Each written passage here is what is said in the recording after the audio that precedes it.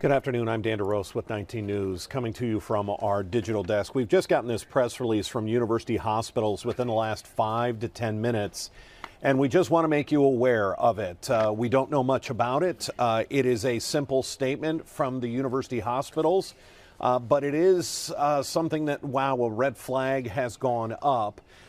Just precautionary at this point. It is a traveler who flew into Cleveland Hopkins International Airport yesterday and is now being observed, isolated and observed for flu-like symptoms. Not exactly sure why the university has decided to send out a press release, maybe to get ahead of something, or if rumors had been spreading on social media, so they felt they better make some sort of statement. I have it here. I'm going to read it in its entirety, and that's basically all we're going to do because we don't know much more. Again, this is just in the last 5 minutes that we've been given this.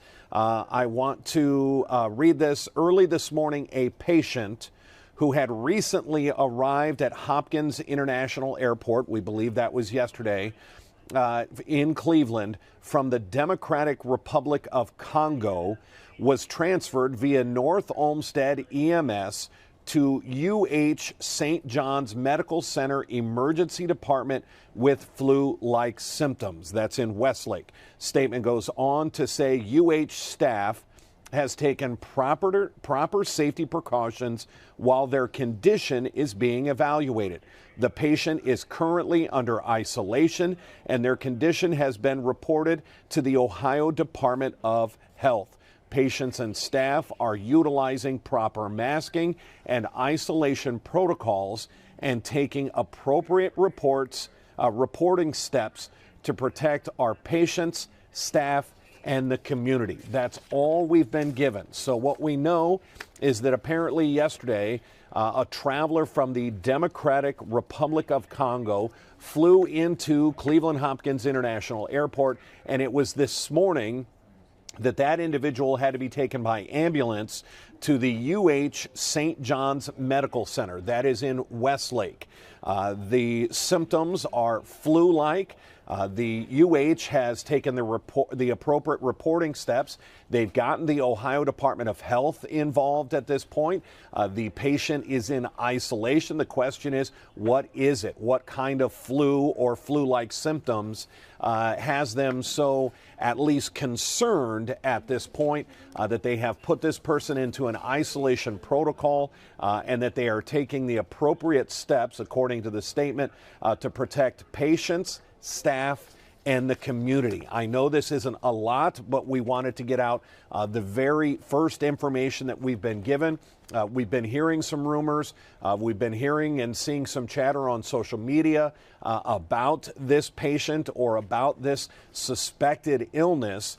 So when we finally got a statement from University Hospitals, we wanted to bring it to you right away. If you're just joining us, there is no cause for concern at this point or alarm.